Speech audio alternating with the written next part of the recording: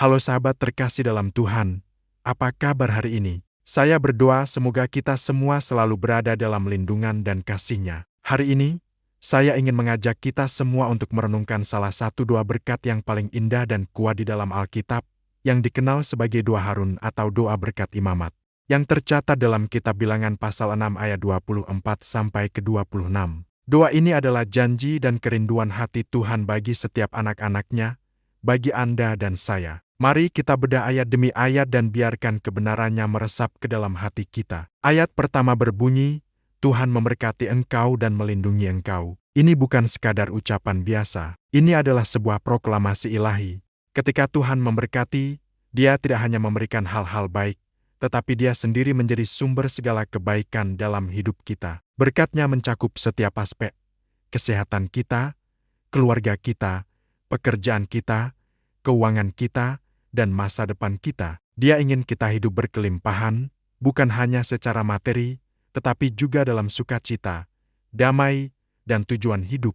Dan bagian kedua dari ayat ini adalah dan melindungi engkau. Perlindungan Tuhan itu sempurna. Di tengah dunia yang penuh dengan ketidakpastian, bahaya, dan kekhawatiran, kita memiliki janji bahwa Tuhan adalah perisai kita. Dia menjaga kita dari mara bahaya, melindungi kita dari rencana jahat, dan menjadi tempat perlindungan kita yang aman. Bayangkan, Sang Pencipta langit dan bumi secara pribadi berkomitmen untuk menjaga dan melindungi hidup kita. Betapa luar biasanya kepastian yang kita miliki di dalam Dia. Sekarang kita lanjut ke ayat kedua, Tuhan menyinari engkau dengan wajah-Nya dan memberi engkau kasih karunia. Apa artinya disinari oleh wajah Tuhan? Ini adalah gambaran keintiman dan penerimaan.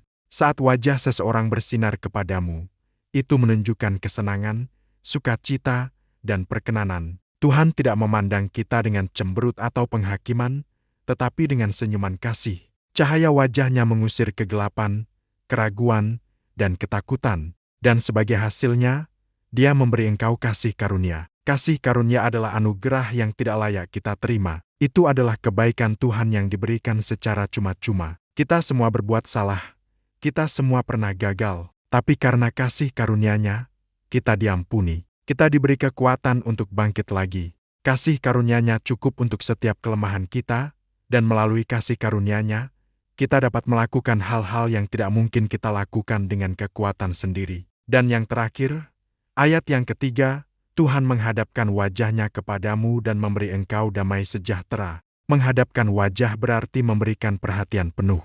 Tuhan tidak pernah terlalu sibuk untuk kita. Dia tidak pernah mengalihkan pandangan-Nya dari kita. Dia selalu hadir, mendengarkan setiap doa, melihat setiap air mata, dan peduli dengan setiap detail kehidupan kita. Kita adalah prioritas-Nya. Dan buah dari perhatian penuhnya adalah damai sejahtera. Dalam bahasa Ibrani, kata ini adalah shalom. Shalom lebih dari sekadar tidak adanya konflik. Shalom adalah keutuhan, kelengkapan, kesehatan, dan kemakmuran dalam setiap area kehidupan. Ini adalah damai yang melampaui segala akal, damai yang menjaga hati dan pikiran kita bahkan di tengah badai kehidupan. Inilah damai yang hanya bisa datang dari Tuhan. Jadi, saudara-saudari, mari kita terima doa berkat ini untuk hidup kita hari ini. Biarlah ini menjadi doa kita bagi diri sendiri, bagi keluarga kita, dan bagi orang-orang yang kita kasihi.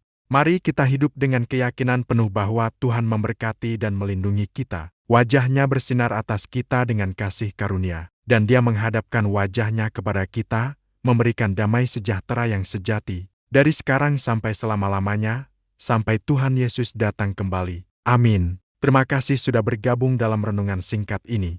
Jika Anda merasa diberkati, jangan lupa untuk menyukai video ini dan bagikan kepada orang lain agar mereka juga dapat dikuatkan. Sampai jumpa di video selanjutnya. Tuhan Yesus memberkati.